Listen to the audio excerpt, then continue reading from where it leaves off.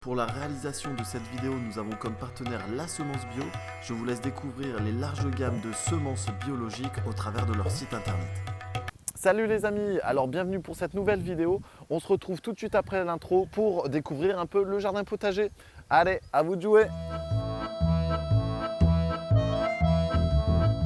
Alors, le mois de mai, c'est un mois assez favorable pour toutes les plantations.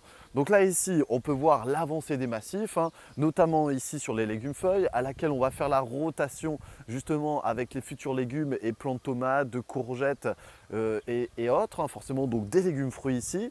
Donc là, ici, qu'est-ce qu'on peut observer pour l'instant? Donc l'évolution des fraisiers là sur le bas côté. Donc le paillage va être mis en place. Donc sachez qu'on a récupéré donc, du paillage de sol que l'on va appliquer sur l'intégralité des cultures afin d'éviter les arrosages et d'éviter les pousses d'adventices ici. Donc là, pas grand chose à faire si ce n'est de suivre l'évolution de nos plants, de peut-être faire un éclairci et de supprimer les adventices ici présents. Donc là, je vois sur la route de carottes ici. Peut-être faire ici une légère griffe au niveau des plants d'épinards afin d'éviter les futurs arrosages et surtout de décompacter la terre. Et ensuite, donc une fois que les épinards seront sortis, on pourra supprimer l'intégralité de la planche de culture pour y mettre les futures récoltes. Juste derrière moi, donc on va observer ici les cultures donc de salade, le mélange avec les carottes qui ont été éclaircies également et les futurs choux-fleurs qui sont en train de se développer. Alors là pareil, on va venir éclaircir nos pieds de carottes au fur et à mesure, donc ils sont en train de bien pousser ici. On va en même temps griffer nos routes au milieu afin d'apporter l'humidité nécessaire à nos carottes et supprimer les grosses adventices présentes qui pourraient nuire au développement également donc de ces carottes. Légèrement éclaircir, voilà. Il y a du liseron, il y a un peu de senson, on a du kénopode, donc il va pouvoir être consommé ici. Ensuite, il faut savoir que sur l'interligne, j'y ai placé donc des radis qui vont me permettre en même temps de créer mon désherbage, mais à but ici nourricier. Donc les radis vont sortir d'ici quelques jours et ensuite on va les récupérer et laisser proposer le développement des carottes en même temps avec celui des radis qui me permettra de contrôler la végétation et aussi de contrôler le désherbage ici sur notre zone de carottes. Concernant les salades ici, on est sur la deuxième rotation, tout se passe très bien.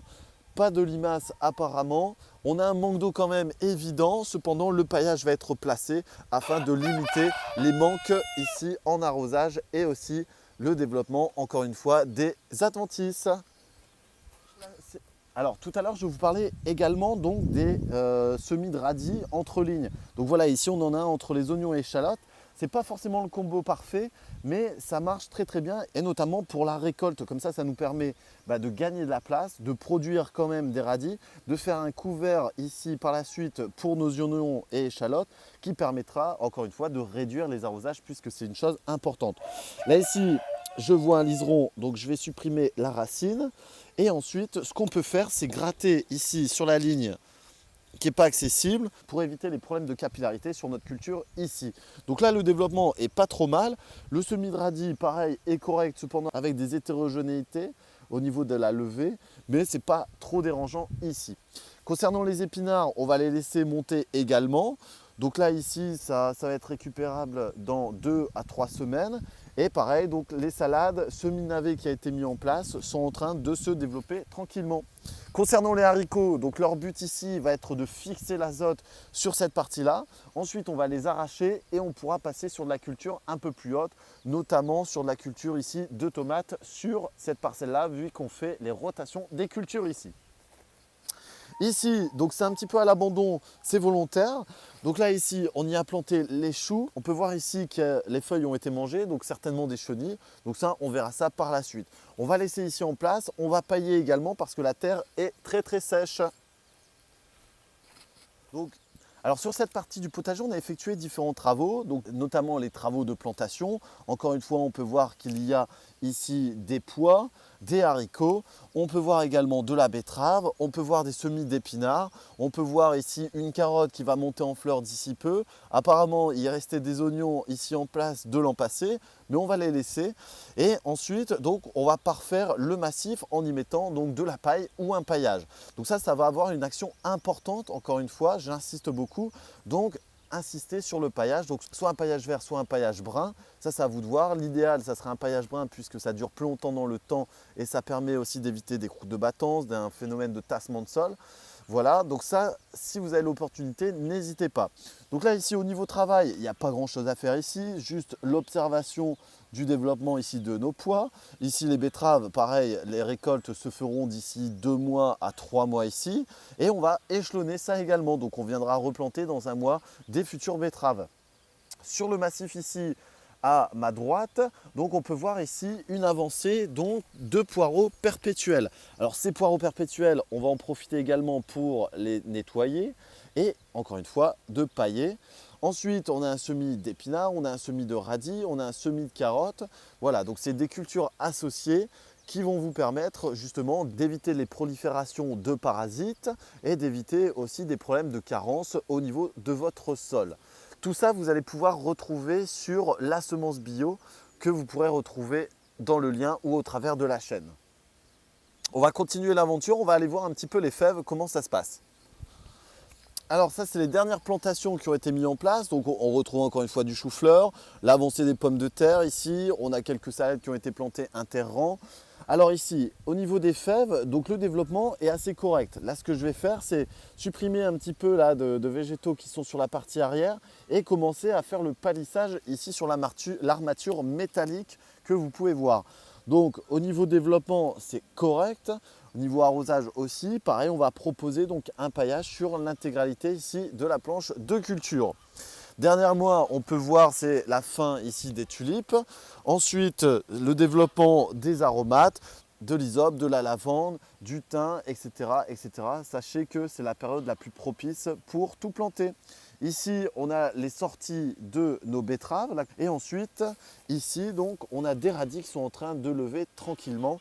Donc, il va falloir ici les arroser parce qu'il est très important de continuer le suivi de l'irrigation au niveau de ces semis.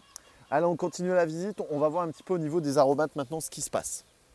Alors ici, on est sur le jardin des aromates, le jardin du laisser-aller, j'appelle ça comme ça ici, parce que toute la végétation ici est spontanée principalement et fonctionne par semis direct.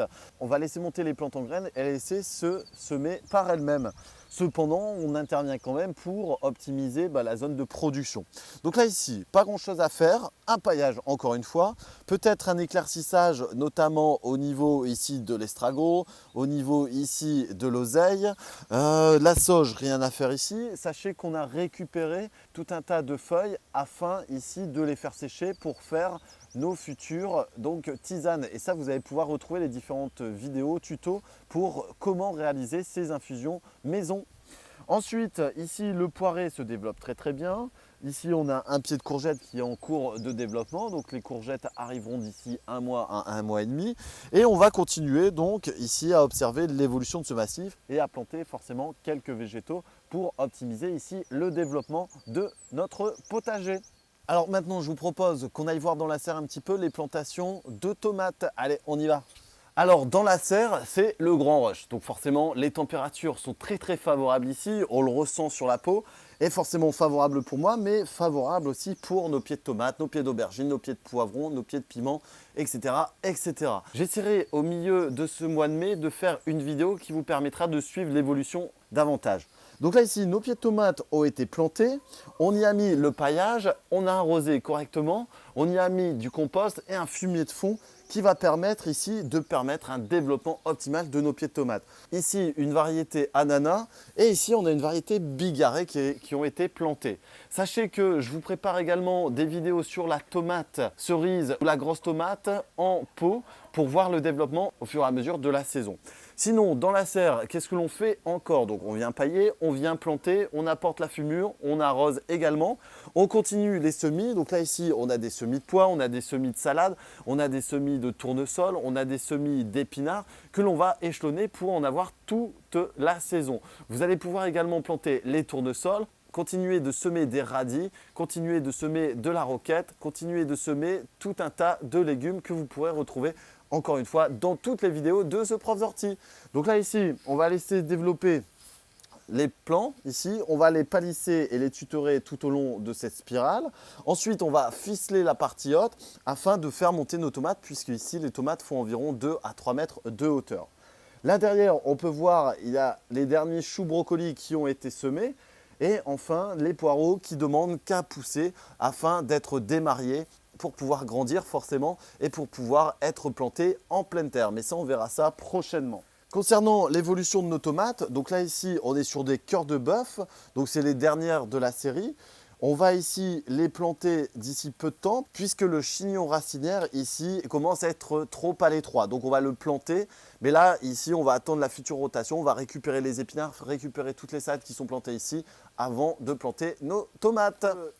Voilà les amis, j'espère que cette vidéo vous a plu. Vous allez pouvoir retrouver les autres thématiques au travers de la chaîne. On se retrouve pour le mois de juin pour le suivi. Donc je pense qu'on aura d'ici là quelques tomates à consommer. En tous les cas, n'hésitez pas à vous abonner en cliquant là et à découvrir les autres vidéos ici et ici. À très bientôt les amis, un petit partage. Salut! Merci à Mano Mano de nous apporter son soutien et son partenariat. Vous allez pouvoir retrouver sur leur site les différents articles du jardinier et du bricoleur. Je vous laisse découvrir ça, ça vaut vraiment le détour.